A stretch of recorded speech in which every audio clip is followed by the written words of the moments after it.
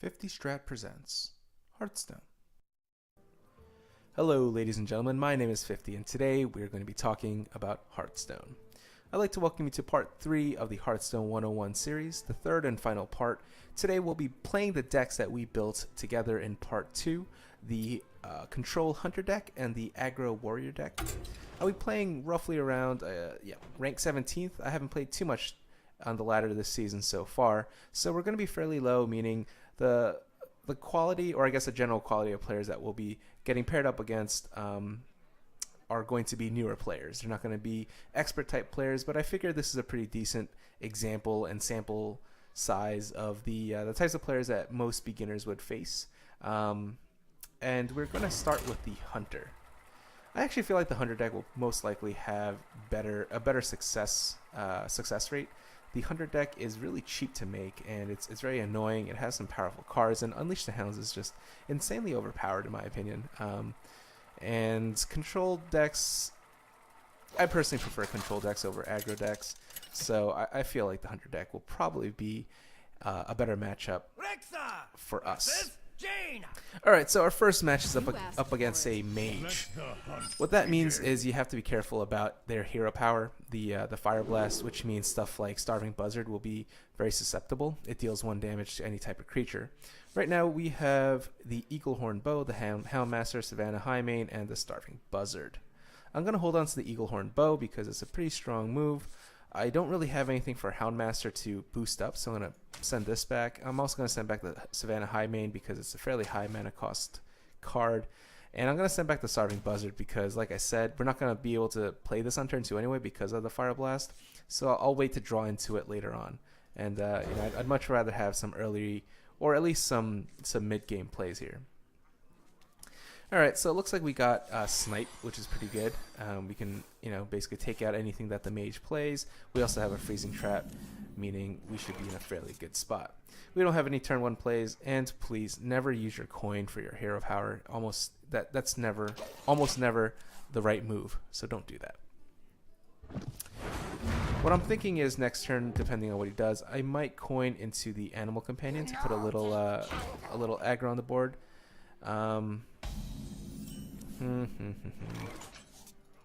As a matter of fact, I'm not going to do that because with the Animal Companion, one of the creatures that you can potentially get is a 4/2 charge, meaning I can either run it into this, but that's kind of pointless, or I can run it into the mage only to lose it the next turn, so we don't really get too much value out of this. So what I'm going to do now is play the Eaglehorn Bow with the coin, or rather the coin and then play the Eaglehorn Bow. Because that way we can take out this Kobold, meaning the spell damage is removed from the field.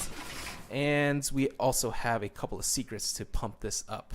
We just have to hope he doesn't have an ooze, but I have a feeling he might not. And that also frees us up to play this next turn, once again depending on what he plays.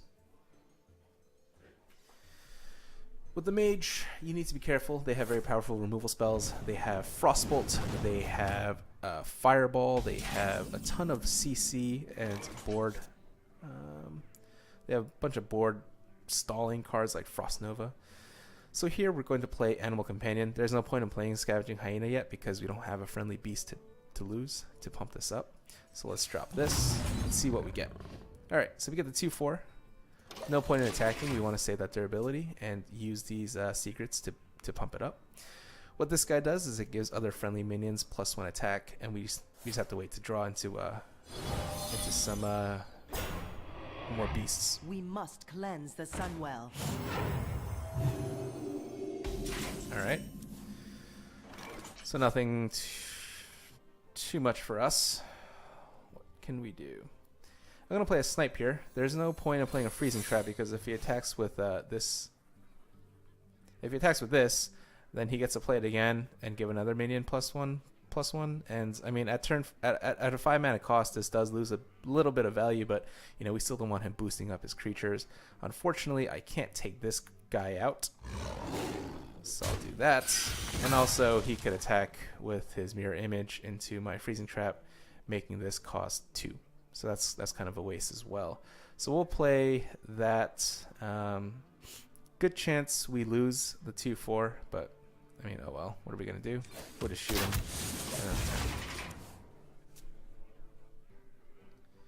I guess alternatively, I could have given him +2/+2 and taunt. What would that would have made him a 4/6? Yeah, you know, actually that probably was a better play. Looking back, I probably should have just given him taunt. Oh well, you live and you learn. I don't play too much Hunter, I'll admit. So that probably was a bit of a misplay, but he seems to be a little concerned about my trap here. The snipe will most likely deal with anything that he does play, so I'm not too concerned. I also have a Hunter's Mark here as well, so I think we're in a decent spot as of now. We can just keep shooting him down and whittling his health down with Steady Shot, and then maybe play a Savannah Highmane. All right. Yeah, see, he's trying to bait out the secret with this card, but fortunately he didn't attack my minion, meaning my minion will be able to survive an extra turn. Oh. All right, he's going straight for face. That's interesting. Pass me that arc light spanner. Okay, so he's going to draw a card, but he's going to lose that in the process, and also pumping up my my bow. So, it's not too bad. And I get to rectify my mistake by playing my Houndmaster. So I will do just that. So I'm going to do that, and I'm also going to play the Timberwolf because it's going to be protected. I'll take out his minion, and I'm going to go straight for the face. There's no point in attacking his 3/2 because, I mean, there's just no point. He's going to have to attack into my taunt anyway, and if he has like a Frostbolt or something, or yeah, Frostbolt, he's going to have to attack into my taunt and then Frostbolt it, meaning he's not Frostbolting something like this.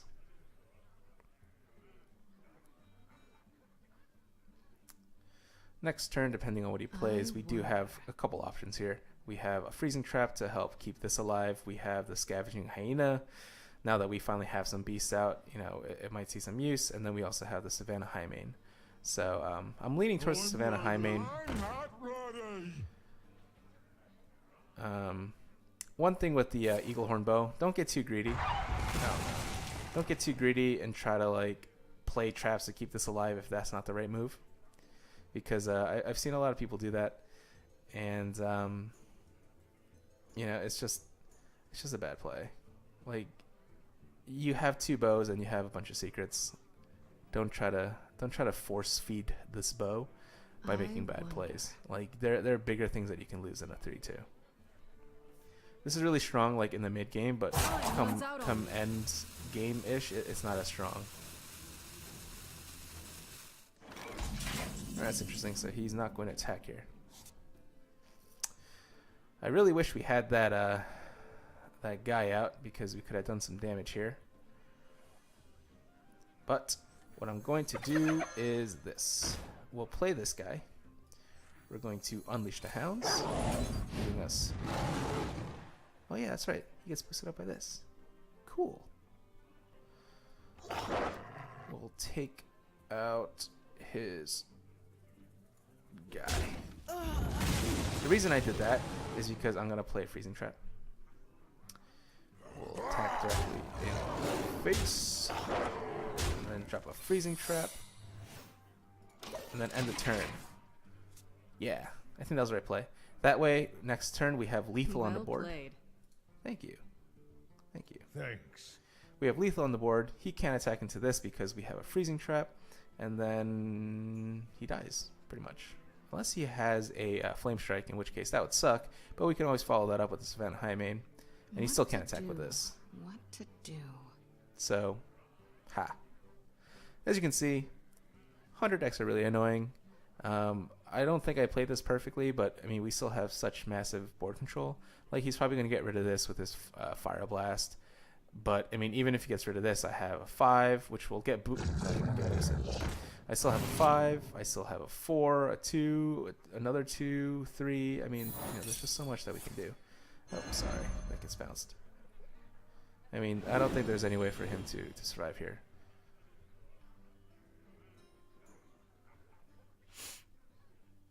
I wouldn't be surprised if he left the game. I mean, he could take out the 5/1, but really, what else is he going to do?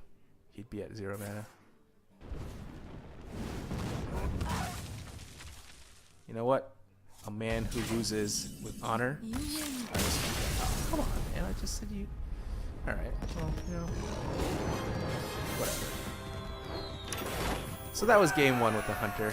Hunters are pretty strong, as you just saw, and you saw a little bit of the Unleash the Hounds in action.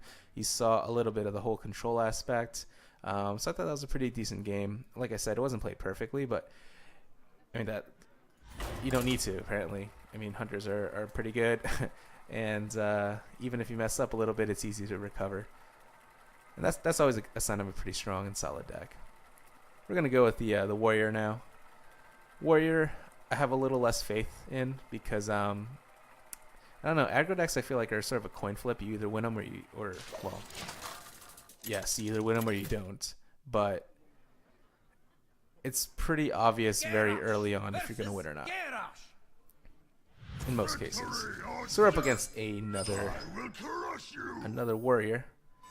I like this hand. We have the Fiery War Axe to keep away any of his like early game plays, and then we have this Inner Rage Raging Worgen combo, which I'm a big fan of because I don't know. I mean that'll be fun if we can pull it off. Let's see what kind of Warrior deck he's running. There's a couple Warrior decks out there.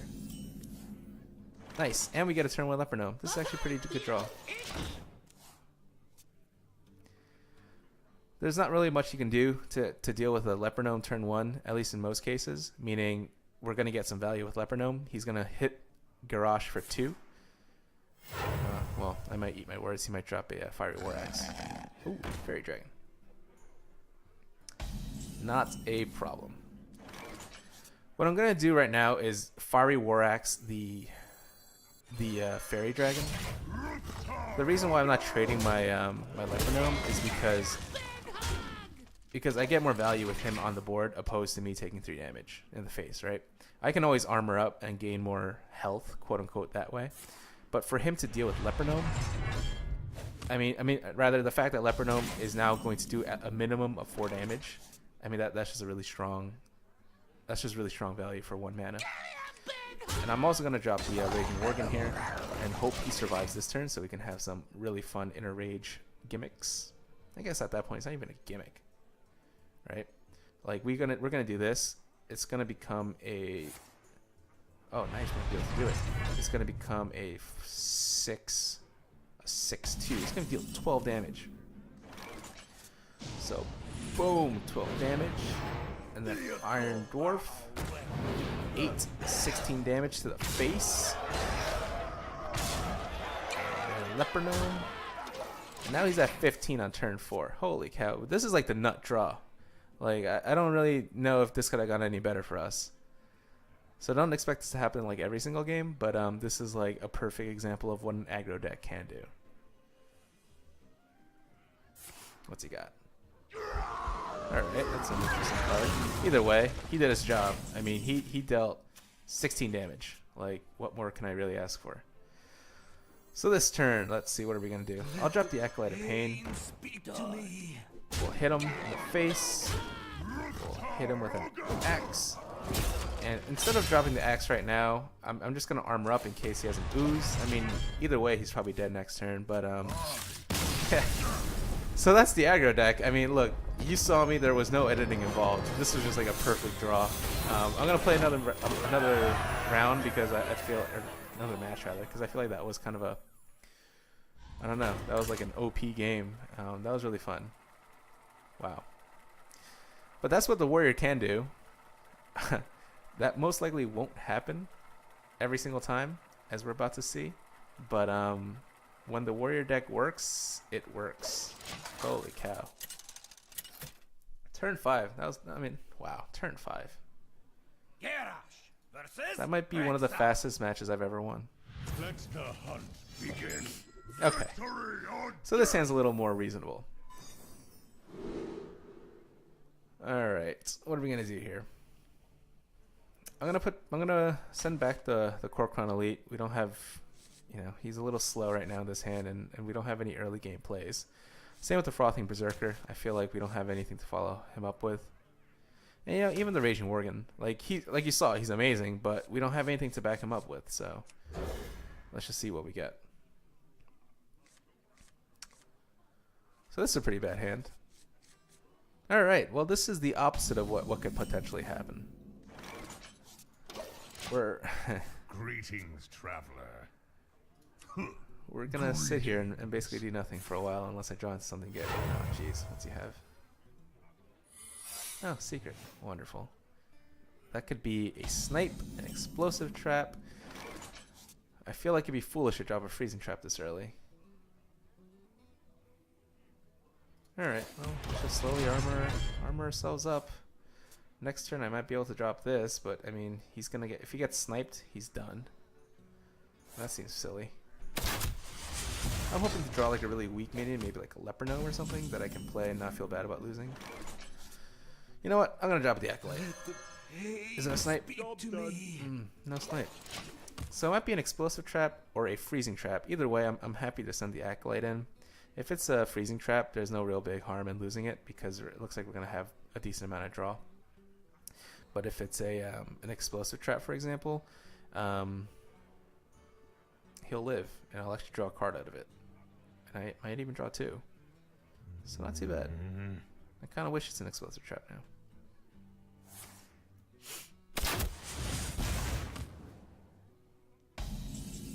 Alright, cool. Huh.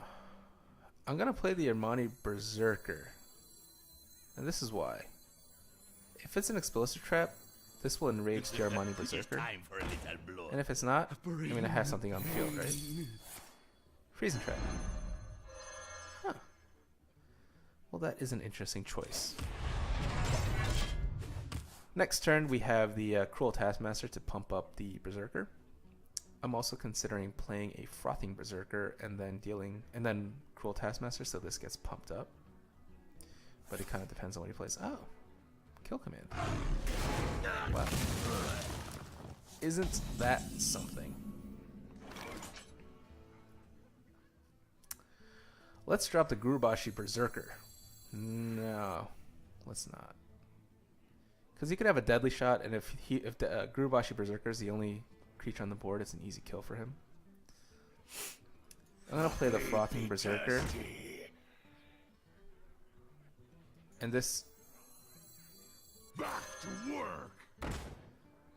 This seems silly, and I think it might be a little, but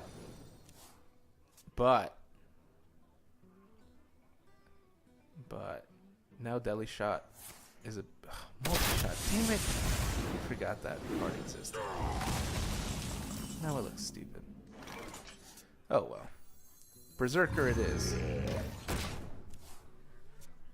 Alternatively, I could have just dropped the Acolyte with the Frothing. God darn it. I probably should have done that. I probably should have done that. Well, this game is going horribly wrong for me, and it's all my fault, so I have no one to blame but myself. Okay. Don't go on tilt. That's like the first rule. Don't go on tilt. Like, you're gonna make some bad plays, like you see me doing right now. But when that happens, you have to stabilize and see if you can win. Yes, that is why I'm playing horribly, to demonstrate that. All right, what can we do? Acolyte of Pain. I'm thinking Acolyte of Pain, Frothing Berserker, Whirlwind. I draw a card. This gets pumped up. This becomes 3 health, meaning he's gonna have to ram it into my Frothing Berserker because this is, you know, the obvious target, and he'll lose it. Right? Yeah. Yeah. Why not? Why not? And I get a Leper Gnome out of it. All right. I think I can recover. Unless he multi-shots. And then I'd be kind of sad. Alright, I'm not too... Oh, that could attack. Another Leper Gnome.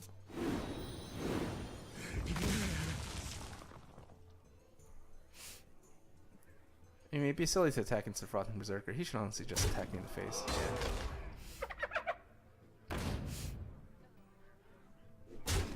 Yeah. Alright, has charge. Okay. Nice. Nice. So this is what we're going to do. this is what we're going to do. Axe. Get rid of the taunt.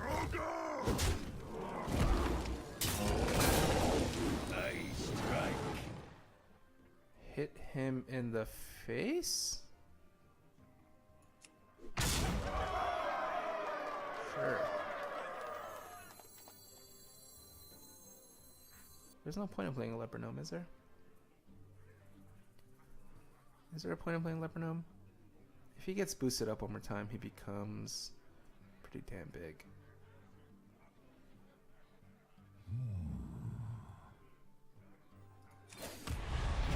Well, there's no point in not playing it. Right? Yeah. Yeah. Yeah. Why not? It just gives him something else to think about. Corehound. Wow, that is a weird card to play, but I might die. No, I won't. We're close. Wait, can I die? I think you can kill me. +4. I think he could have killed me. No, you couldn't have. I'm pretty screwed though.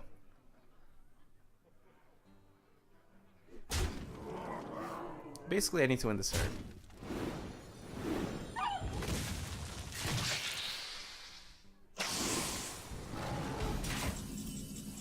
Let's see if that's possible. I have 15 damage. 4. Hold on. Can we do it? 4, 10, 15. What now? 16, 17. Oh, we'd be 1 damage short. Darn.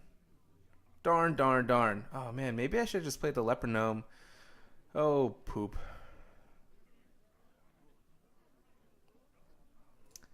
Well played, my friend. Well played. You call that a weapon? Wait. No. Oh man, I was gonna say maybe I can do this to do that and stuff. I strike. Darn it. I feel icky. So this is only 17, 18, 19. Oh, gee golly. That was close.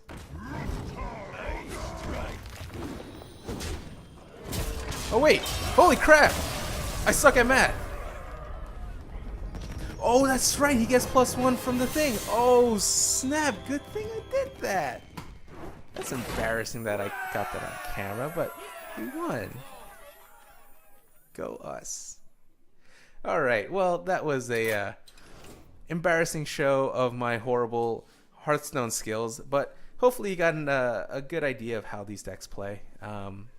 Hopefully you had some fun watching that. But you know that's kind of the aggro deck and the control deck in action.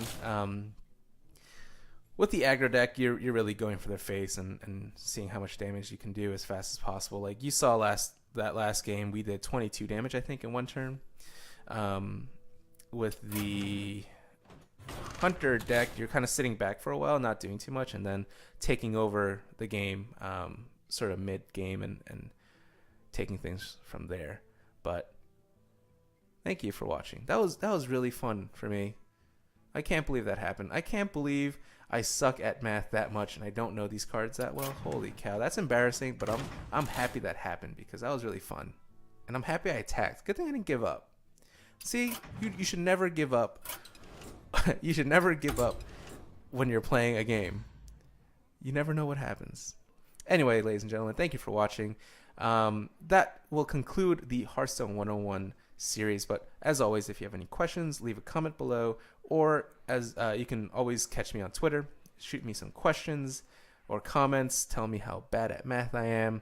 And, we can talk on Twitter. It'll be fun. So good luck on the ladder. Win, lose, get better, and pwn some noobs. Bye-bye.